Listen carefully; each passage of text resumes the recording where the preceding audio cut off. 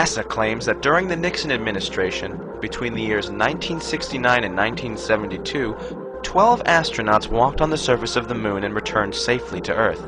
This event was even commemorated on 2 United States coins, the Susan B. Anthony dollar, which was minted from 1979 to 1981, and then again in 1999, and the Eisenhower dollar, which was minted from 1971 to 1978.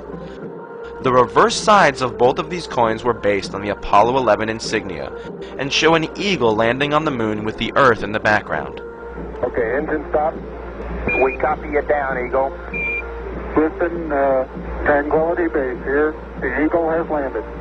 Roger, Tranquility. We copy you on the ground. You got a bunch of guys about to turn blue. We're breathing again. Thanks a lot. The belief that men actually walked on the moon is shared by the vast majority of the world's population. There are no high-profile scientists, astronauts, or officials that have openly expressed any doubt as to the reality of this alleged accomplishment. The only exception to this is former United States President William Jefferson Clinton. In his autobiography, My Life, published in 2004, he states on page 156, "Just a month before, Apollo 11 astronauts Buzz Aldrin and Neil Armstrong had left their colleague Michael Collins aboard Spaceship Columbia and walked on the moon, beating by 5 months President Kennedy's goal of putting a man on the moon before the decade was out.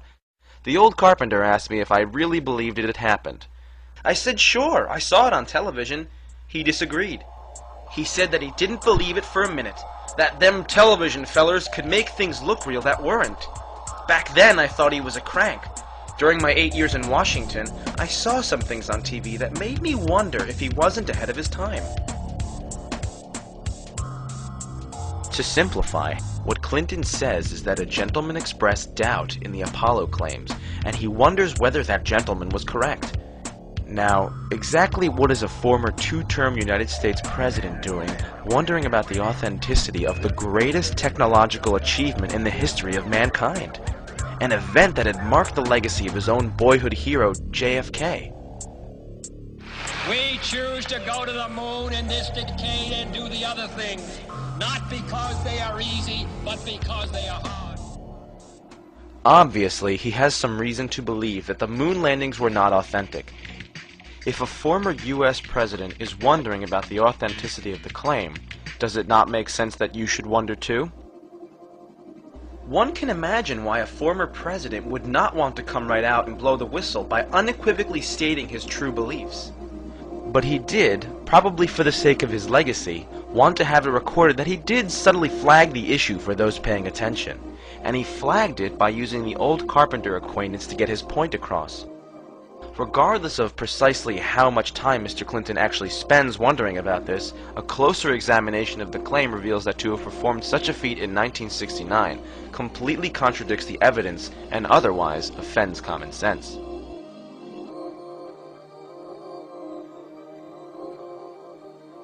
Stage pushed. Engine arm is out. Okay, I'm going to get the pro. 99, proceeded. 3, 2, 1. Ignition. Run away, Houston. Vector grid. Ag start. It's over. Yes, that's right. The last alleged mission to the moon was Apollo 17, which NASA says took place in December of 1972. Since then, absolutely no country claims to have sent astronauts or even animals more than 400 miles above the surface of the Earth. In recent years, space shuttle astronauts completed a trip wherein they attained a maximum altitude of 365 miles.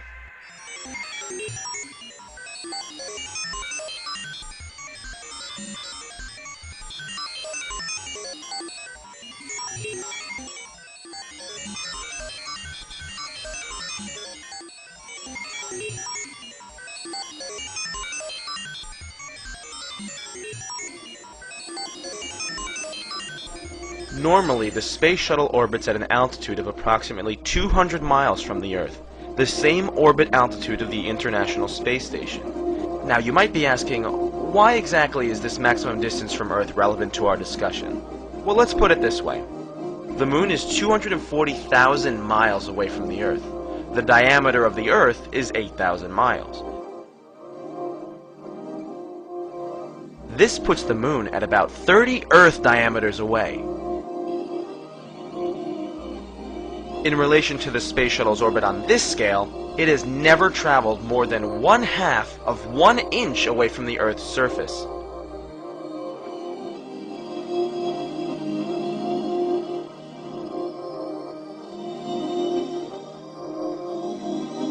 Six, 5, 3 main engines up and burning, 2, 1, and liftoff. Just getting into orbit is no small feat, as is illustrated by the fact that in all of recorded history, only 3 countries, the United States, China, and Russia, have been able to put a human just into orbit and never being more than 400 miles from Earth. The explanation for this has always been that, except for these 3 countries, every other country in the world has been too cheap and lazy to venture into just Earth orbit. In reality, the reason has to do with the difficulty in accomplishing this. This most of all drives home the point that NASA's claim of sending men on a 240,000-mile trip in 1969, some 600 times further than they can send men today, is just not plausible. One reason the space shuttle has not been sent beyond 400 miles into space has to do with the Earth's magnetism. The core of the Earth is molten iron. As it slowly swirls around, it generates a powerful magnetic field surrounding the Earth. These fields cause the formation of 2 radiation belts around the Earth, called the Van Allen radiation belts. They are made of charged particles and are named after James Van Allen, who was in charge of the Geiger counters installed on the Explorer 1 satellite, which discovered the belts in 1958.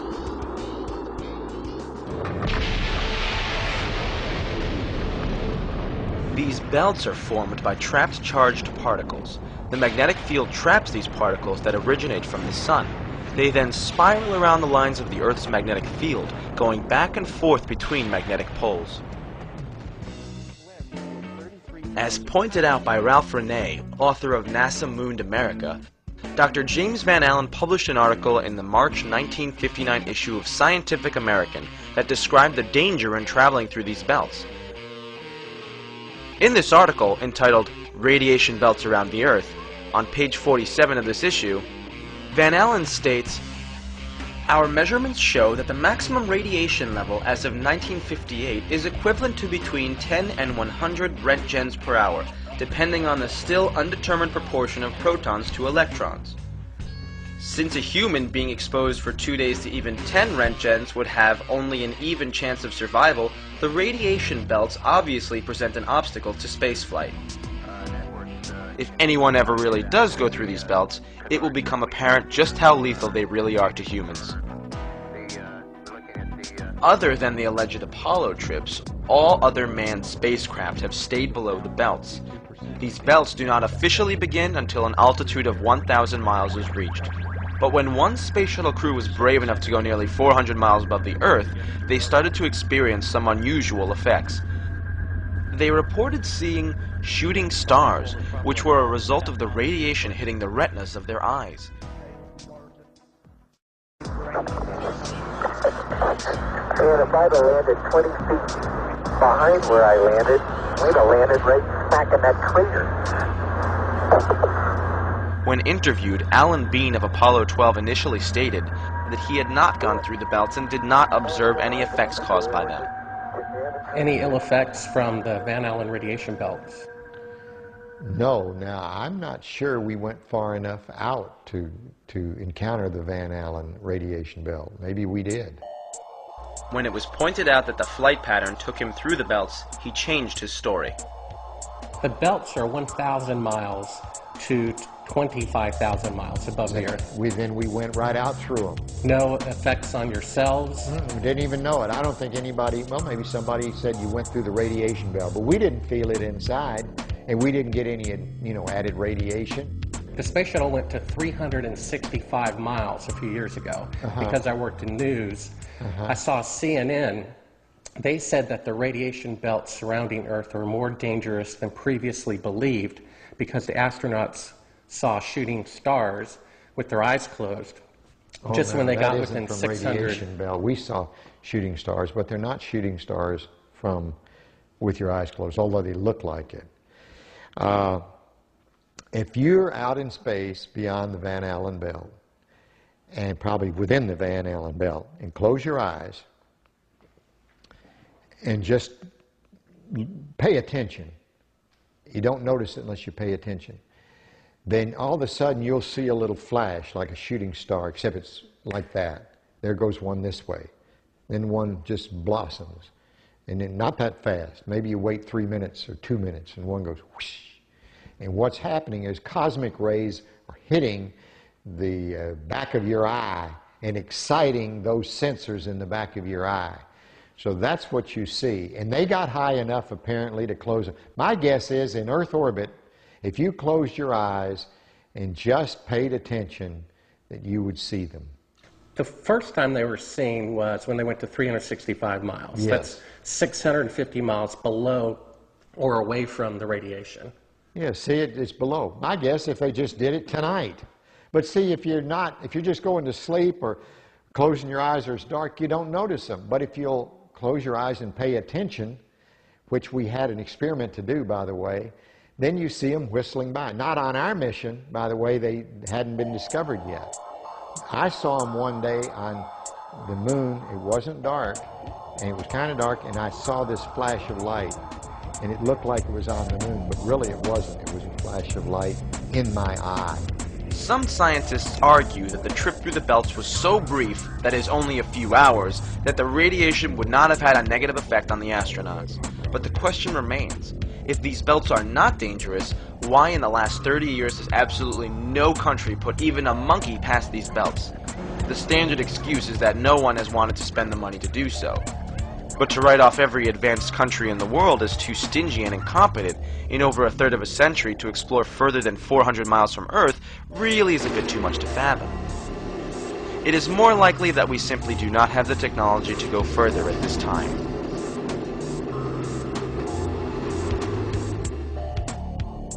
Try to imagine the flight pattern of the Apollo moon missions. NASA says that 3 astronauts took off in a multi-stage rocket, and then 3 days later were in lunar orbit some 60 miles above the moon's surface, going about 4,000 miles per hour, or a little over Mach 6. Then, the spacecraft separated into 2 modules. One astronaut stayed in lunar orbit in the CSM. The other 2 flew down to the surface of the moon in the lunar module. 10 feet. Contact. Engine stop. Okay, Houston, the Challenger has landed. The first question that immediately comes to mind is how they were able to design a craft on Earth that would perform so well under quite different conditions on the moon, namely in a vacuum and in 1/6 gravity without killing anyone. The Lunar Landing Research Vehicle used to train the astronauts for a landing had a jet engine, which of course would never have worked out in the vacuum of space. NASA's answer to this is that the simulator provided 5/6 or 83% of the propulsion to simulate the amount of thrust that the rocket engine would need to lift the craft while flying down to the surface of the moon. This would be using 83% of Earth's propulsion requirements to adjust for an environment with only 17% of the Earth's gravity? Explanations such as this certainly drive home the point that no matter how convoluted, they will always have a rationalization for everything.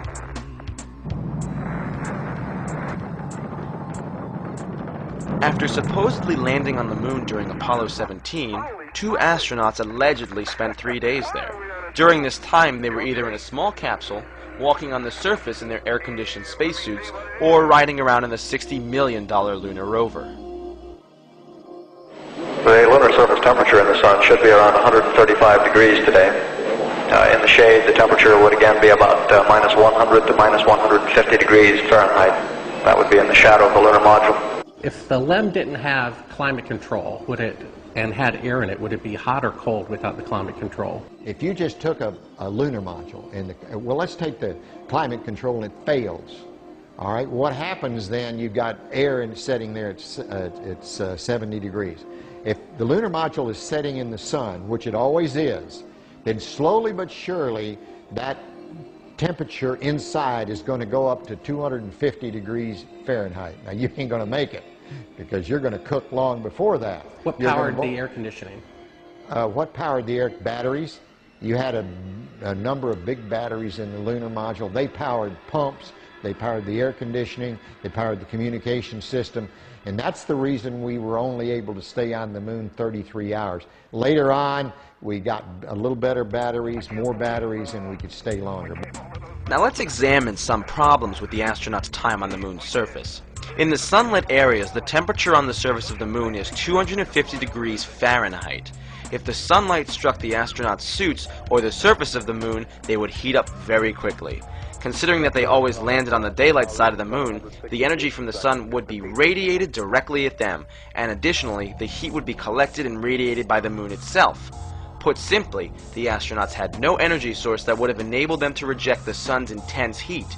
The moon has no atmosphere. It has a vacuum. Conduction and convection could not practically be used for cooling. The heat would have had to have been radiated away. I know, Bob. I know. They carried no energy source potent enough to re-radiate this heat away. What powered the air conditioning? What powered the air batteries? You had a number of big batteries in the lunar module. Alan Bean's explanation of using batteries is not convincing. Efforts to explain successful functioning of the spacesuits amount to elaborate double talk. Fantastic, sports fans. After allegedly spending 3 days on the surface, the two astronauts blasted off, went up 69 miles, somehow docked with the command module traveling at a speed of over 4,000 miles per hour, and then they all flew back to Earth for a round trip of 480,000 miles. Doesn't this seem a bit beyond 1969 technology? How can this be explained as anything other than an accomplishment beyond belief? So what purpose would it serve to contrive such an elaborate hoax? Let's take a brief look at the events leading up to the American space race. After the Russians thoroughly spooked America in 1957 with the launching of Sputnik, citizens were in fear that the USSR would soon be able to drop an atomic bomb on the United States from orbit. What could be done to avert such a disaster? And to what lengths would the United States government go to ensure national security? The Soviet Union has launched a second Earth satellite. Gets the American people alarmed that a foreign country, especially an enemy country, can do this, and we fear this. Man had his first great success in space when the Russians pushed a man across the threshold. He was Yuri Gagarin, the astronaut the Russians lionized as the first to orbit the Earth. It was the propaganda coup of the year. After the Russian flight, U.S. plans were accelerated. Commander Alan B. Shepard was sent into suborbital flight. Unlike the Russian venture, this took place in the white-hot glare of worldwide publicity. The Mercury capsule is right on course as the commander took over the controls to become the first man to guide a spacecraft. As the tension increasingly rose between the world's two dominant post-war powers, the space race went into high gear, with Kennedy promising in 1961 to put a man on the moon by the end of the decade. We choose to go to the moon.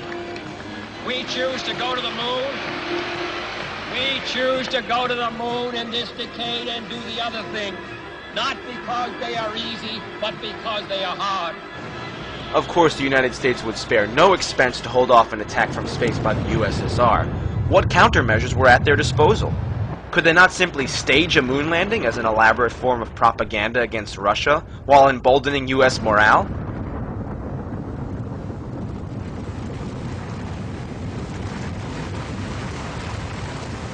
High in the volcanic mountains of Arizona, a little piece of the moon was recreated on Earth.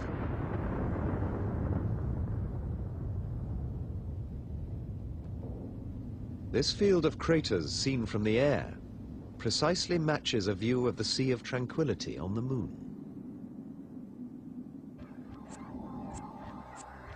It is common in the history of warfare to intimidate your foe by means of deception. For example, during World War II, the Allies placed inflatable tanks on the battlefield to make the enemy think they were confronting a more formidable foe. One could say that the Apollo bluff worked, as there never was a nuclear war. Yet, no one has ever come forward and actually admitted to this deception long after the Cold War hostilities have ceased. I don't care what you say.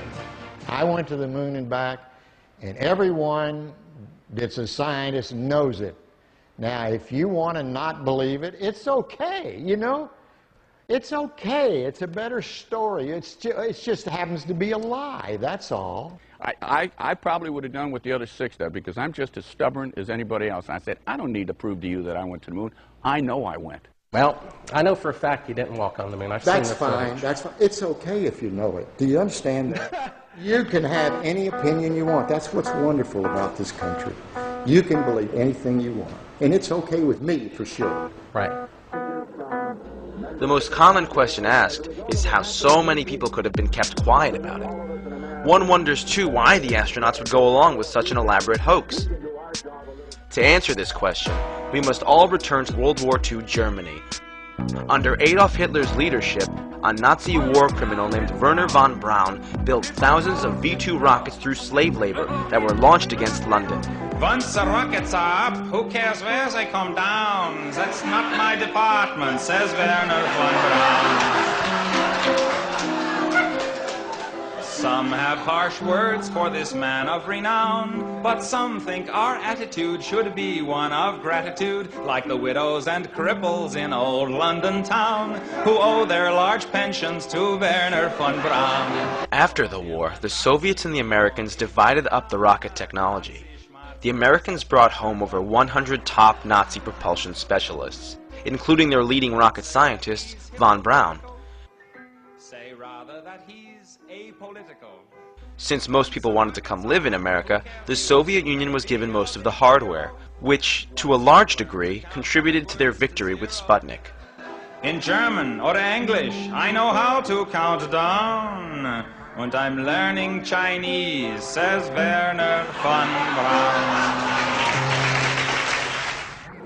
By 1961, Nazi rocket scientists such as von Braun maintained a close relationship with President John F. Kennedy as he moved to fulfill his promise to land Americans on the moon before the end of 1969.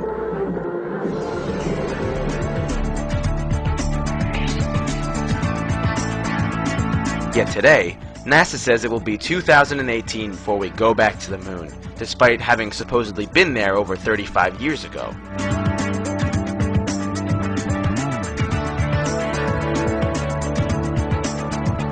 It is time for America to take the next steps. Today I announce a new plan to explore space and extend a human presence across our solar system. We will begin the effort quickly, using existing programs and personnel. We'll make steady progress. One mission, one voyage, one landing at a time.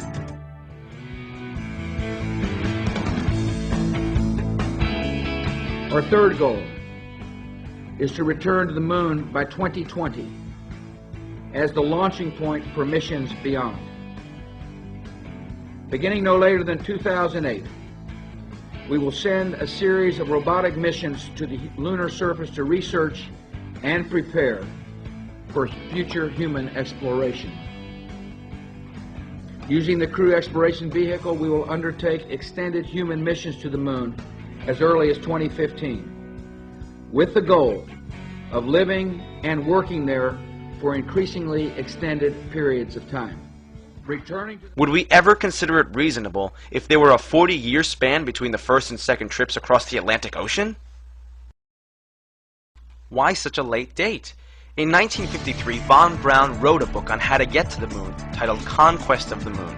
On page 14 of his book, he states, "It is commonly believed that man will fly directly from the Earth to the moon, but to do this, we would require a vehicle of such gigantic proportions that it would prove an economic impossibility.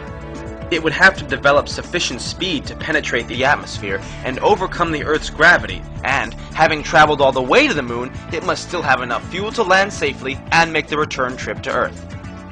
Furthermore, in order to give the expedition a margin of safety, we would not use one ship alone, but a minimum of 3.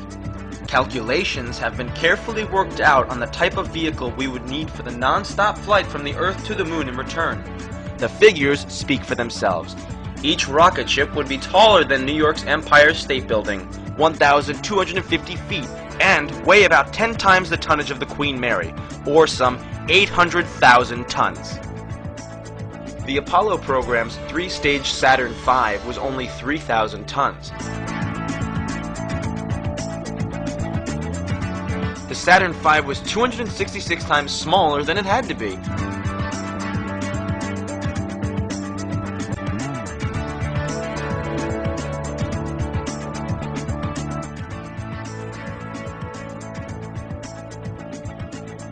Von Braun was certain that the way to get to the moon would first require that a space station be built, with the rocket parts being ferried there for final construction.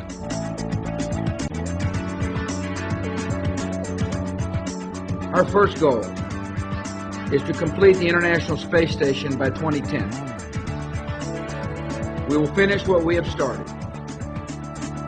We will meet our obligations to our 15 international partners on this project. We will focus our future research aboard the station on the long-term effects of space travel on human biology. Research on board the station and here on Earth will help us better understand and overcome the obstacles that limit exploration. Through these efforts, we will develop the skills and techniques necessary to sustain further space exploration. The constructed vehicle would then launch from the Earth's orbit rather than its surface. The Saturn V used only 3 fuels: liquid oxygen and kerosene in the first stage, and liquid oxygen and hydrogen in the upper stages. No exotic new fuels were invented to bring down the fuel requirement. Also, the space shuttle has 30% less mass at liftoff than did the Saturn V. We have ignition and liftoff of Atlantis and the Galileo spacecraft bound for Jupiter. Yet has never attempted to travel beyond the 400-mile altitude. With Kennedy's promise, the space race was in full swing. Yet it became apparent in the mid-60s that there was absolutely no way anything of the sort was going to happen. Following in Commander Shepard's star-studded footsteps came Captain Virgil Grissom.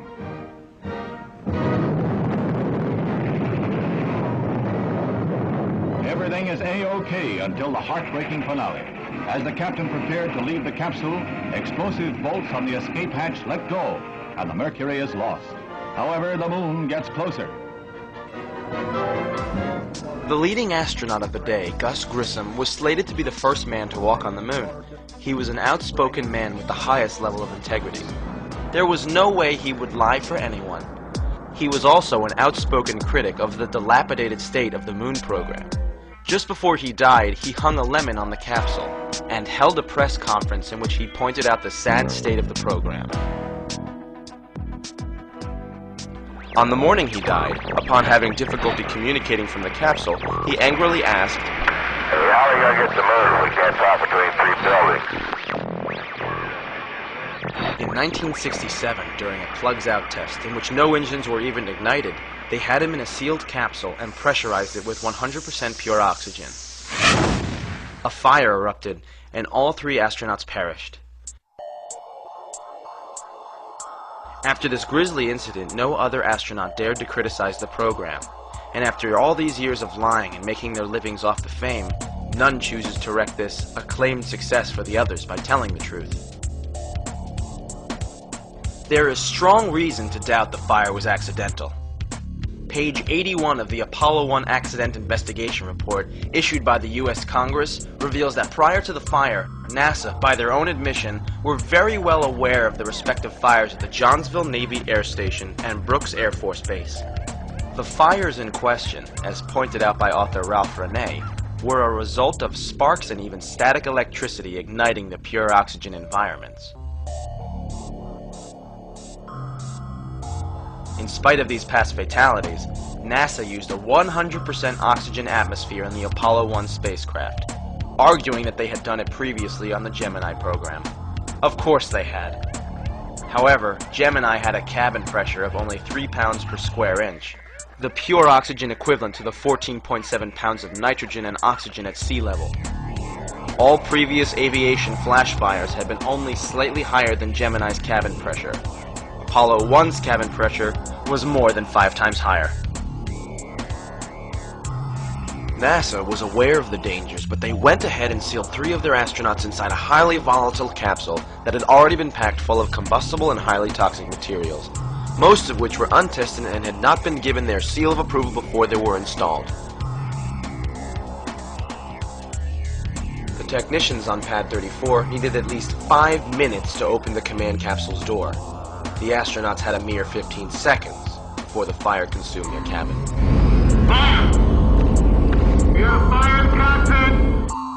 Additionally, in 1999, when Grissom's son, Scott, was granted access to his father's spacecraft, he uncovered evidence that a metal plate had been shoved behind the dashboard to deliberately trigger a spark.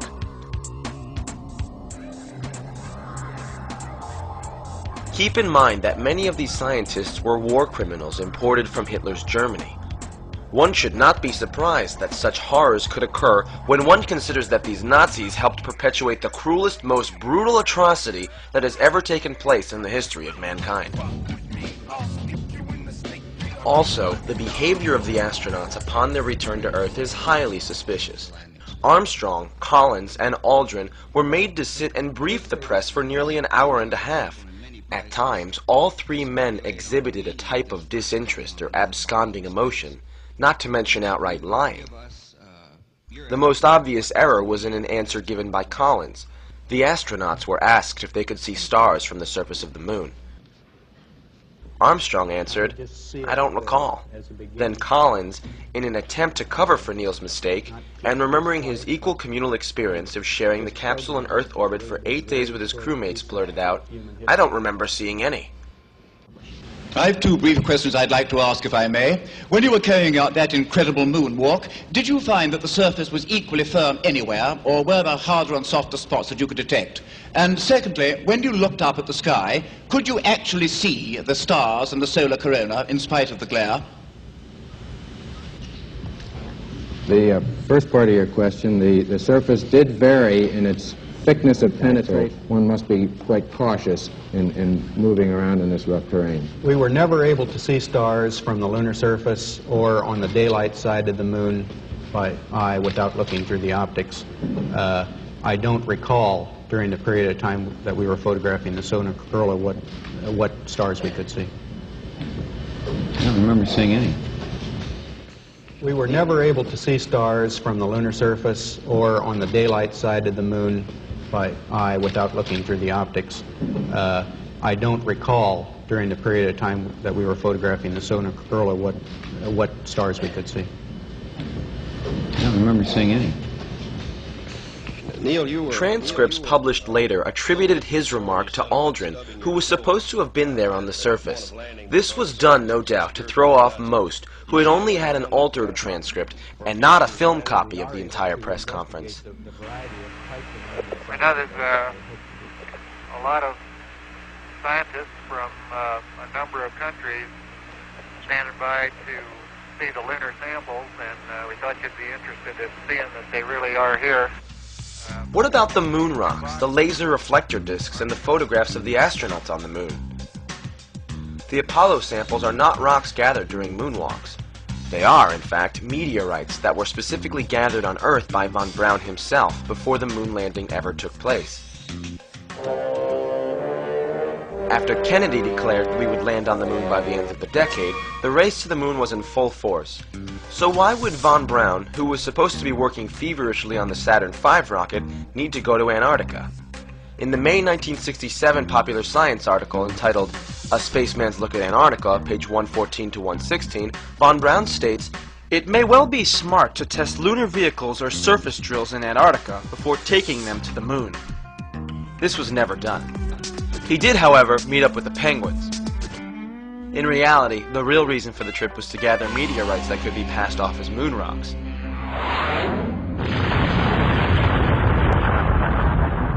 Some meteorites that actually originated from the moon can be found on Earth, as they can be expelled from the moon during meteor crashes. After von Braun found them, the outer surfaces were probably blasted with an abrasive in a ceramics lab to hide the fact that they had fallen through the Earth's atmosphere. After the conclusion of the Apollo missions, some Apollo astronauts made money by taking tourists down to Antarctica to gather meteorites.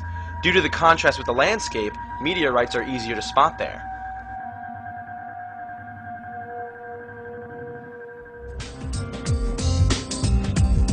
But it's evidence the astronauts left behind and not what they brought back, that may offer the clinching proof. Each successful moon mission set up a range of experiments. More than 30 years after Apollo 11, one of them continues to operate, the Lunar Laser Ranger. There were two major experiments.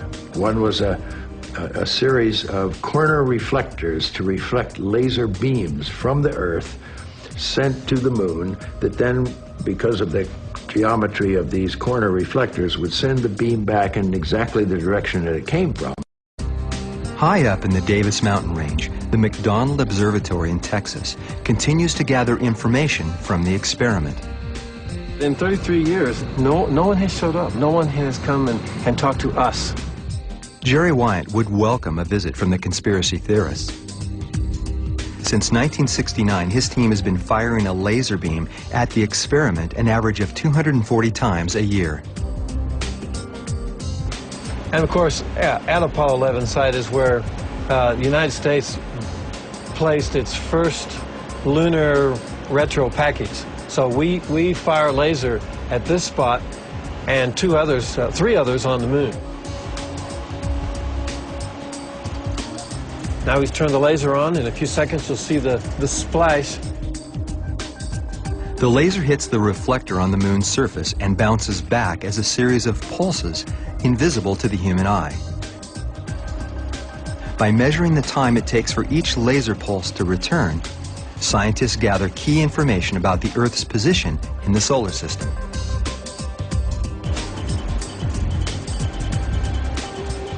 That's not light coming from the moon. The splash you see is light coming from the end of our own telescope. That's the first spot where a man walked on the moon.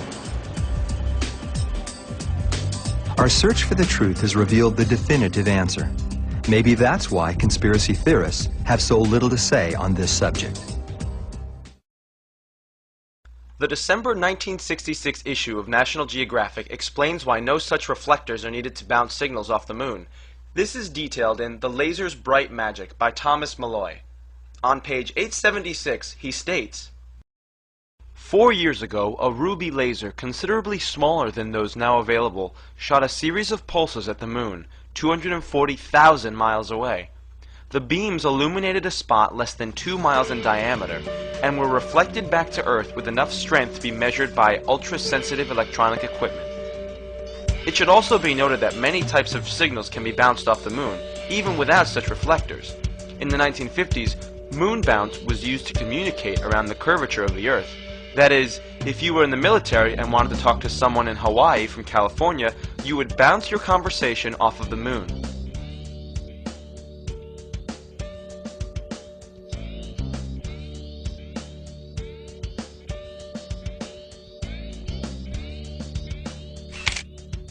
The photographs also fail under critical analysis. There are flags waving in the wind even though the moon exists in a vacuum, and astronauts that cannot jump more than 6 inches high on the first mission, when the gravity is only 1/6 that of Earth's. But just the sheer perfection of the setups and appearances of the photos is enough to make you wonder whether they were shot in a studio. There is no fog on the film from immense temperature variation, no discoloration from radiation, no lightning streaks from micrometeoroids passing by. Other anomalies include photos that seem to be taken using artificial light. Apollo researcher David Percy traveled to Sweden to talk to Jan Lundberg, the man that managed the group in charge of supplying NASA with the advanced cameras used to take photographs on the moon. Hasselblad in Sweden was the NASA-appointed manufacturer of a camera capable of functioning on the lunar surface, and Jan Lundberg was the project engineer responsible for building the camera. Originally, NASA made all the alterations themselves. Then they presented what they had done to us and asked, can you do this? And we said, yes, we can, and we can do it better. So what does Hasselblad have to say about this classic Aldrin picture? Does it look to Jan Lundberg as though the subject was lit? Yes, it seems like he's standing in the spotlight. And I can't explain that. That escapes me. Why? So maybe you have to find Armstrong and ask him. And how exactly did they pan the camera up to film the liftoff of the ascent module on Apollo 17? How do you think we took the pictures of the liftoff on Apollo 17 with a television camera? How do you think we missed them on Apollo 16 because of the time delay? By the time the guy sent the signal, it was gone and the camera couldn't track fast enough. So on 17 he sent the signal a second and a half or 3/4 of a second earlier so that the camera got the signal and we were... How do you think that happened?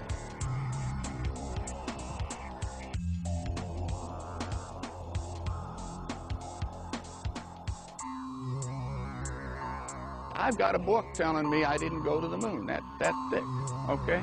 There's a book there when you can't see stars in the daytime and the shadows interact. I don't give a damn about all that. Remember, too, while the thousands of NASA employees did help them achieve Earth orbit, beyond that, all information fed to the press and public was from the government, and there was no independent reporting. It's one small step for man, one giant leap for mankind. But is there a smoking gun? Yes, there is. It has to do with the camera shots of the Earth. Hello, Apollo 11. Houston, Goldstone says that the TV looks great. Over.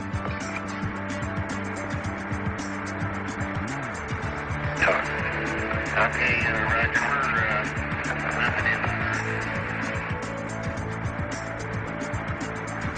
Hello, Apollo 11. Houston, did you copy? Over.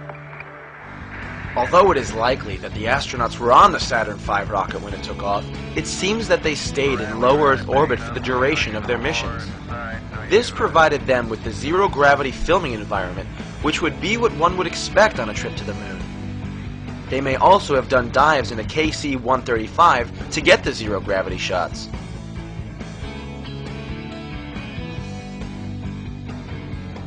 Yet there is one segment that clearly shows the behind-the-scenes chicanery that is going on. At one point, the crew says they are 130,000 miles out, or just halfway to the moon. Roger, Houston, Apollo 11. Calling in from about 130,000 miles out. And we'll zoom our camera in slowly. They say that they have the camera pointing toward the only window that is facing the Earth. Unfortunately, we only have one window that has a view of the Earth, and it's filled up with the TV camera, so your view now is probably better than ours is. Yet you see something come between the camera and the Earth. South America becomes invisible just off beyond the Terminator or inside the shadow. They are caught in a lie right there. Had the camera been in the window as they stated, then nothing should be coming between the camera and the Earth. We should not see any light in the upper left corner of the screen either. Of course, whenever the Earth was clearly seen vanishing behind the window, the view of the Earth was always from a cutaway shot, in which no astronauts were present. Well, that's about all is reasonable without getting hot and sweaty. All right, Roger, we copy.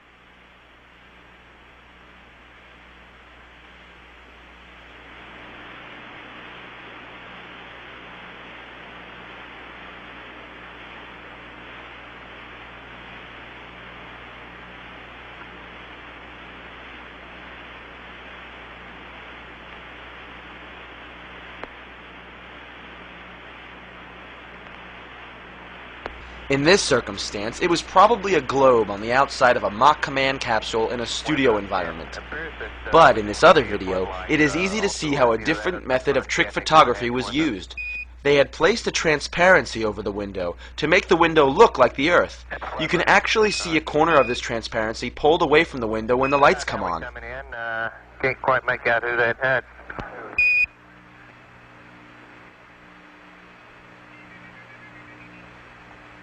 That's Big Mike Collins there. Well, you got a little bit of... Yeah, hello there, sports fans. You got a little bit of me, plus Neil's in the center couch, and Buzz is doing the camera work this time. Roger, it's a little dark now, 11. Maybe a bigger headstop might help.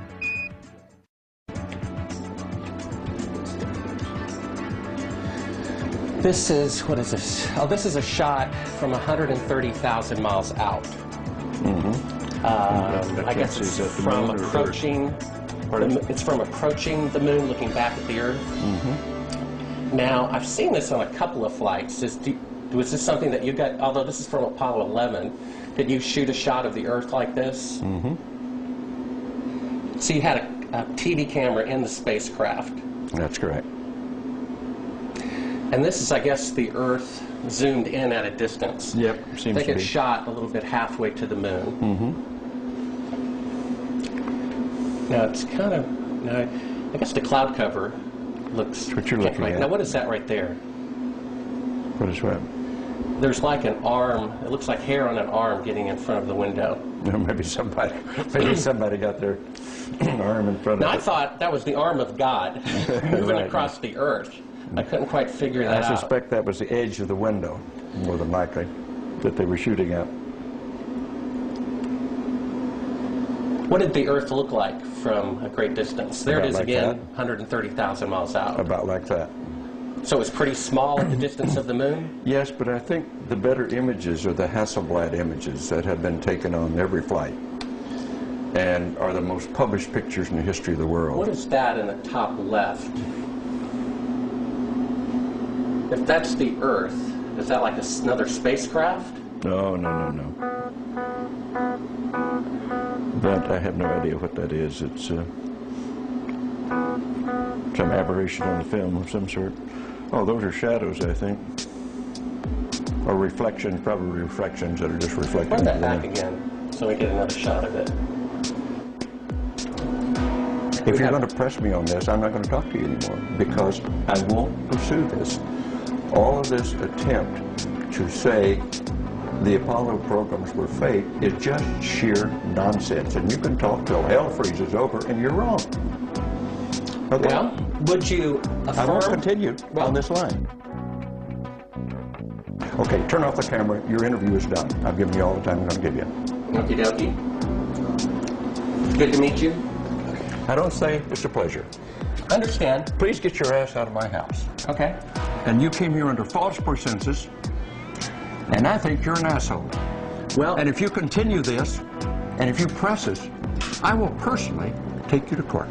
I hope that you do. I invite you to. I'm going to give you my card so you can arrange that. And I'm encouraging you to arrange. You're frankly not worth it. No, we have you on the record saying you'll take me to court. I hope you do. Because we have proof that would prove it in a court of law that Apollo 11 didn't go to the moon. And I think it's something that you should see. I don't say that lightly, believe me.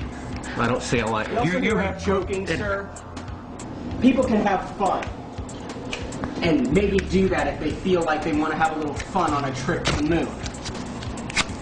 As an independent producer, okay, we're heading out. Doing that is against moral ethics. Lying about going to the moon is a satanic lie of gigantic proportions. I don't hit people, but you're going to be on the deck unless you get... I'm heading out. I appreciate it. And get the hell out of the Black House. You'll get a gun and shoot them at them before they get out of the office? We have a video camera running if you want to do it. Right. That would be great footage for us.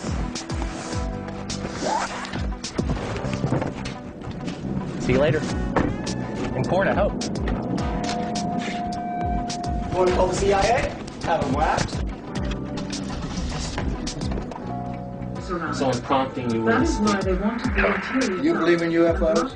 You believe we've been visited by... Well, why do you want to believe this? I know for a fact. We've had this analyzed. And this is the window. And you're in it's dated by an atomic clock at the Goldstone tracking station that is on the tape.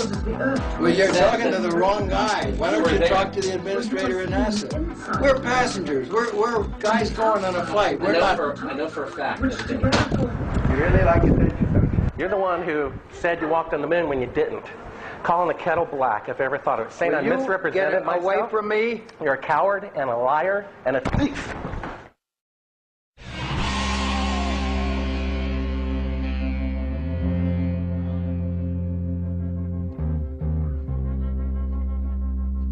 Buzz Aldrin's violent reaction is not surprising, considering the hundreds of thousands of dollars he has made by defrauding people, selling his personal memorabilia. According to the winter 2008 issue of Heritage Magazine, in September of 2007, Aldrin sold the following items which he claimed were flown to the moon. A medallion for $15,535, a silver dollar for $31,070, a chart for $71,700, and a handwritten note for $179,250. Not all of the Apollo astronauts profiteer off this lie, but Aldrin is certainly the worst offender.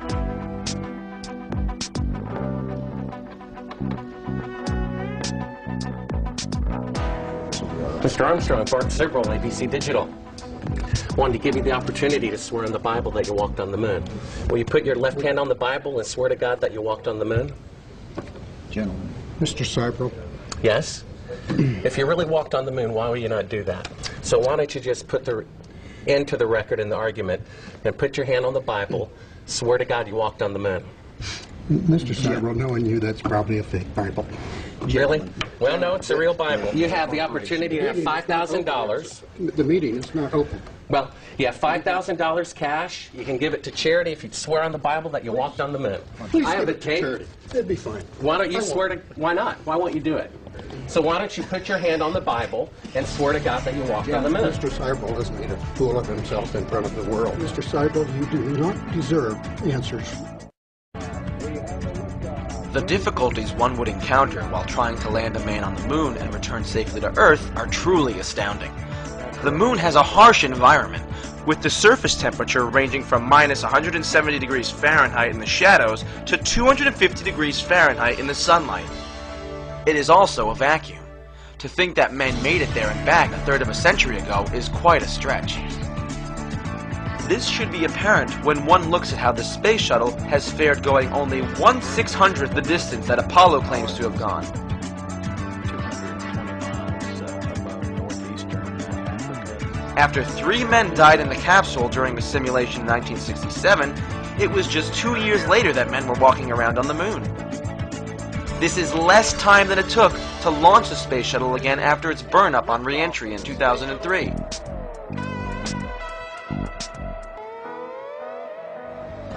To win the X Prize, a private company had to fly a light craft to an altitude of 62 miles.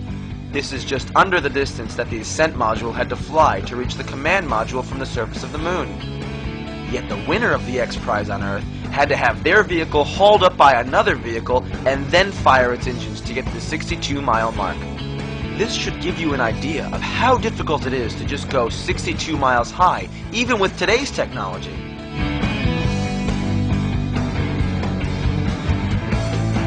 Then, add to the fact that the ascent module, with its very low mass fraction, would have had to accelerate to over Mach 6 to dock with the command module, and the fictional nature of the event becomes self-evident.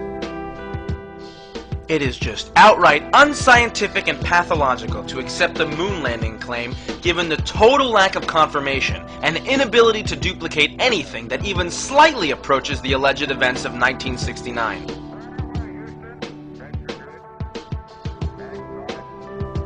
Of course, by far the greatest mystery in all this is why the scientific community continues to fall for all this and accept it unquestioningly. Is science just another religion that has its sacred cows? If you want to stay in the club, must you defend the beloved cow no matter how badly it stinks? Since nearly all of academia is dependent on funding from the federal government, any scientist brave enough to speak the truth would be committing career suicide. Scientists realize this, and therefore will not let their minds examine this objectively for even a moment. They all just prefer to run with the herd. As victims of cognitive dissonance, so-called scientists argue in support of the moon landings out of reflex. If one examines a timeline of aviation and space travel milestones, this contradiction of logic becomes apparent. Consider Kitty Hawk in 1903, Lindbergh crossing the Atlantic in 1927, Sputnik in 1957, through the space shuttle in the latter part of the 20th century. These were all within 400 miles of Earth, yet the alleged moon landings of the late 60s purportedly took astronauts 240,000 miles away from the Earth. The Apollo missions, therefore, stick out as a fantastic statistical anomaly, and without any other similar events to confirm or duplicate the hypothesized event, 1/3 of a century since, the scientific method requires that they be discarded. This being the case, no one that believes the moon landing claims should be allowed to call themselves a scientist. The Cold War provided the perfect motivation for the deception. Under the specter of a nuclear threat from the Soviets, and in the shadow of the Bay of Pigs invasion, it is easy to imagine those involved believing that it was their patriotic duty to help bluff the Soviets into thinking we had military superiority. It apparently worked. A nuclear war was never fought, so we are certainly in no position to second-guess the military strategy that the government employed. With the space race officially ending with this achievement, Nixon was quick to seize the spotlight by becoming the first U.S. president to visit Moscow. Cooperation for joint space missions quickly became the topic of discussion between the leaders, ushering in détente, an easing of tensions between the two superpowers. As you're probably well aware, we are still working on other programs, Skylab being the prime effort starting in the spring of next year. We're also working on the cooperative mission with the Russians, which will take place in 1975. And of course, we've got quite a few of the flight control team as well as other center elements involved in the work on the shuttle. So it's the start of a new era, I hope.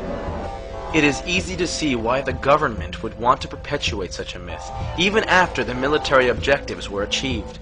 The alleged accomplishment is a source of national pride, and no one wants to be the one to remove this source of pride. It would also not come as a surprise to find out that in upper levels of certain agencies, the moon landing hoax is actually somewhat of an inside joke, in that within these institutions, those that have attained a certain level are entrusted with this secret information.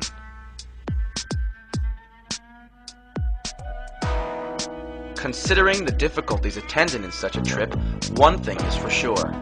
When the first person actually arrives on the moon someday, they will have bought themselves a one-way ticket. An exploratory voyage of this magnitude does not lend itself so easily to a return.